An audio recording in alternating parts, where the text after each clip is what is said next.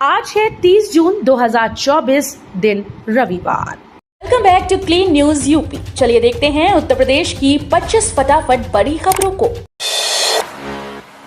हाजिरी बनाकर गायब होने वाले शिक्षकों की अब खैर नहीं, प्रिंसिपल जारी कर सकेंगे नोटिस। परिषदीय विद्यालयों में कार्यरत प्रधानाध्यापकों के साथ ही शिक्षकों के कार्य और दायित्व का निर्धारण कर दिया गया। इस बाबत महानिदेशक स्कूल शिक्षा ने सूबे के सभी बीएसए को पत्र भी लिखा। नियमों के मुताबिक अब अगर हाजिरी बनाकर शिक्षक गायब हुए तो प्रिंसिपल उन्हें नोटिस जारी कर सकेंगे। इसके अलावा व्यवहार और आचरण गड़बड़ होने पर भी नोटिस देंगे। यूपी के शहरों को लेकर योगी सरकार का बड़ा प्लान, युवाओं को मिलेगी रोजगार। यूपी सरकार शहरों में आर्थिक विकास को बढ़ाने के लिए क्षेत्र विकास प्राधिकरणों का गठन करने जा रही है। शासन स्तर पर इस दिशा में काम शुरू कर दिया गया है। पहले चरण में बड़े बड़े विकास प्राधिकरणों को मिलाकर एक क्षेत्र विकास प्राधिकरण का गठन किया जाएगा। पूर्व में चल रहे विकास प्राधिकरण वैसे ही चलते रहेंगे। उदाहरण के लिए वाराणसी और प्रयागराज को मिलाकर एक नई क्षेत्र विकास प्राधिकरण बनाने की योजना पर काम चल रहा है। अयोध्या समेत इन जिलों में बड़ा अभियान चलाने की तैयारी में योगी सरकार। यूपी सरकार केंद्र की महत्वाकांक्षी पीएम सूर्य घर योजना को बढ़ावा देने के लिए अयोध्या, वाराणसी, गोरखपुर में जल्द ही बड़े पैमाने पर जागरूकता अभियान चलाएगी।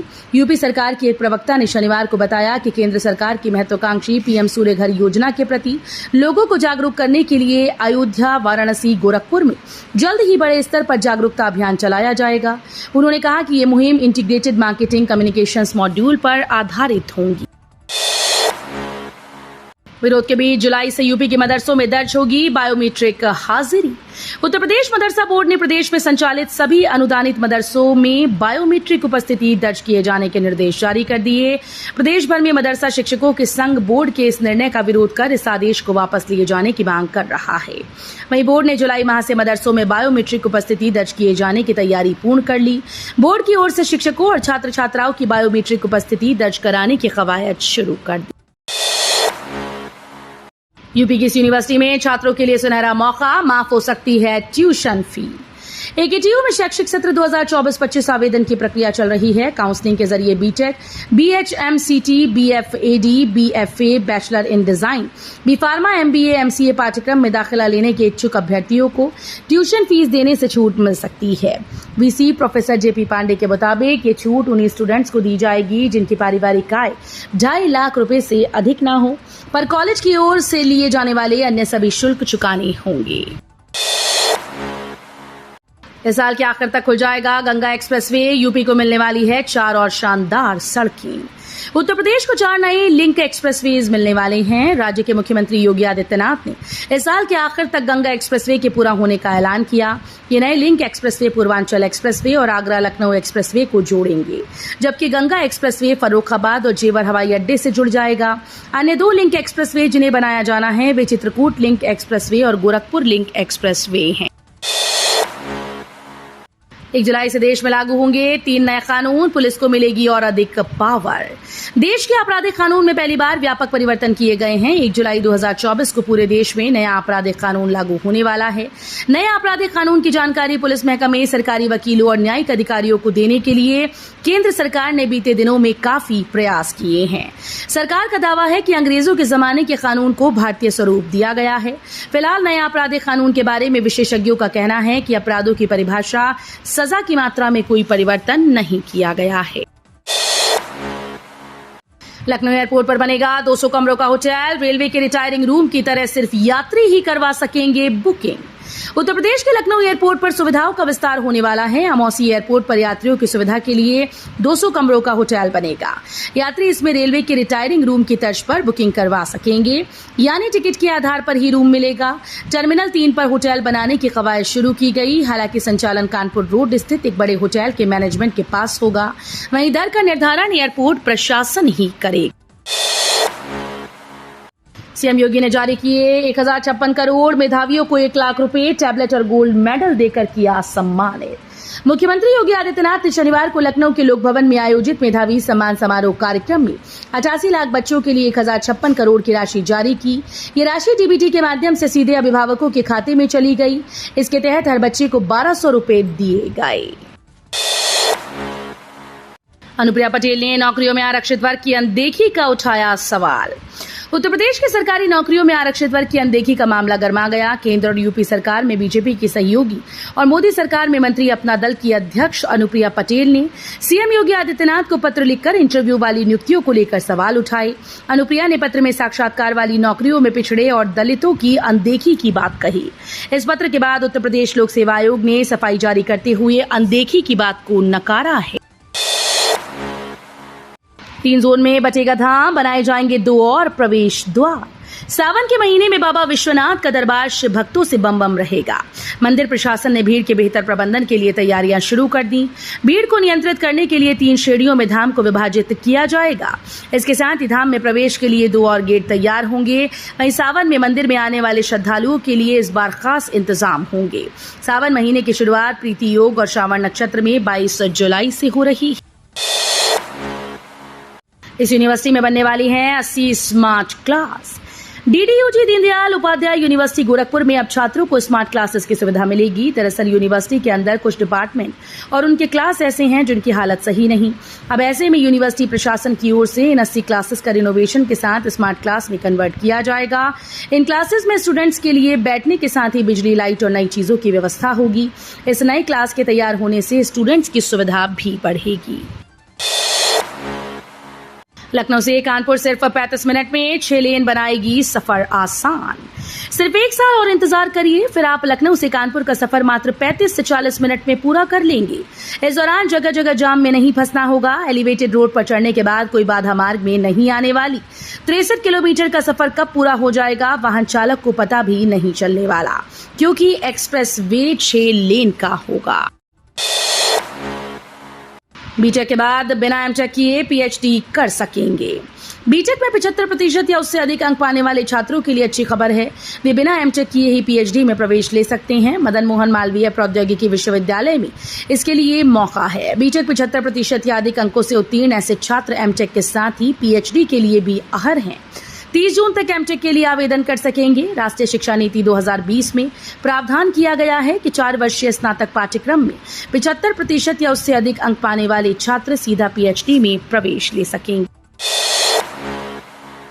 नोएडा एयरपोर्ट से दिल्ली आईजीआई और बॉटनिकल गार्डन तक चलेंगी 560 ई बसेस।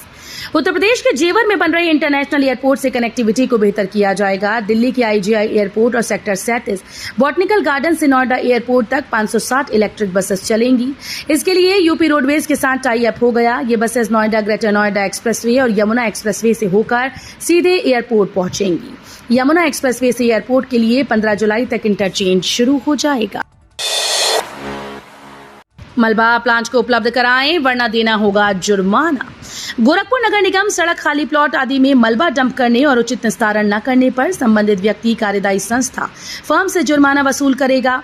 महेसरा में 50 टीडीपी क्षमता का सीएनडी वेस्ट प्लांट संचालित हो रहा है। सभी से अपील है कि भवन तोड़े जाने या सड़क एवं निर्माण सामग्री संबंधी मलबा सीएनडी वेस्ट निस्तारण प्लांट पर पहुंचाएं। सभी कार्यदायी संस्थाओं, बिल्डर्स और फर्मों को जागरूक करने के लिए गोरखपुर विकास प्राधिकरण में कार्यशाला का आयोजन किया गया। यूपी पीडब्ल्यूडी ने रद्द किया गोरखपुर के इस 4 लेन का टेंडर। असुरन चौराहे से पिपराइच तक 4 लेन रोड के निर्माण की कार्य योजना दोबारा बनाई जाएगी। पीडब्ल्यूडी की ओर से इसका टेंडर निरस्त कर दिया गया। अधिकारियों का कहना है कि नई परियोजना के मुताबिक दोबारा टेंडर कराया जाएगा। सड़क की चौड़ाई में संशोधन के कारण कार्य योजना में बदलाव किया जा रहा है। उधर बालापार से गांगी बाजार तक सड़क चौड़ीकरण का काम अधर में लटक गया है। राम मंदिर में पुजारी एंड्रॉयड फोन का प्रयोग नहीं करेंगे।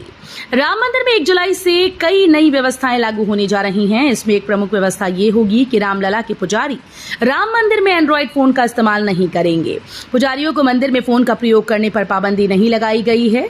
जरूरत पर पुजारी परिजनों से बातचीत के लिए कीपैड वाले मोबाइल का इस्तेमाल ही करेंगे। ये व्यवस्था का फैसला तभी हो गया था जब क्रॉसिंग 2 से प्रवेश करने वाले वीआईपी श्रद्धालुओं का फोन प्रतिबंधित किया गया था। ये फैसला वरिष्ठ और कनिष्ठ सभी पुजारियों पर भी लागू होगा। गोमती नदी में मछलियों पर मुश्किल, उनके सांस पर संकट। मछलियों के लिए सबसे ज्यादा दिक्कत लखनऊ में। पीलीभीत के गोमती से निकलकर गाजीपुर के खरौना गांव में गंगा से मिलने वाली गोमती नदी में मछलियों का जीवन मुश्किल में है। उनकी सांसों पर संकट है। इसका खुलासा केंद्रीय अंतरस्थलीय मत्स्यिकी अनुसंधान संस्थान प्रयागराज की टीम की ओर से की गई जांच में हुआ। टीम के अनुसार मछलियों के लिए सबसे ज्यादा दिक्कत लखनऊ में है। जौनपुर में मछलियों के लिए पर्याप्त पानी नहीं है। काशी विद्यापीठ ने यूजीपीजी में आवेदन की बढ़ाई अंतिम तिथि। आवेदन की धीमी गति के मद्देनजर महात्मा गांधी काशी विद्यापीठ में स्नातक और स्नातकोत्तर कक्षाओं में प्रवेश के लिए आवेदन की अंतिम तिथि बढ़ा दी गई। अब छात्र छात्राएं 10 जुलाई तक आवेदन कर सकते हैं। पहले आवेदन की अंतिम तिथि 30 जून निर्धारित की गई थी। कुलपति प्रोफेसर ए के त्यागी ने शनिवार को प्रवेश समिति की बैठक में आवेदन की तिथि बढ़ाने का निर्देश जारी किया। नोएडा की सबसे बड़ी कंपनी पर 53,000 करोड़ का कर्ज तकादा कर रहे देश के बड़े बड़े बैंक। नोएडा की सबसे बड़ी कंपनी जयप्रकाश एसोसिएट्स लिमिटेड के 31 वित्तीय लेनदारों ने कर्ज में डूबे इस समूह के खिलाफ लगभग 53,000 करोड़ का दावा किया। ये दावा कंपनी के द्वारा प्रस्तावित एकमुश्त निपटान के बाद सामने आया। प्रमुख लेनदारों में भारतीय state bank, ICICI bank limited, IDBI bank limited और भारतीय जीवन बीमा निगम शामिल हैं। लाखों कार्ड धारकों के फ्री राशन पर ग्रहण, जुलाई में लग सकता है ब्रेक।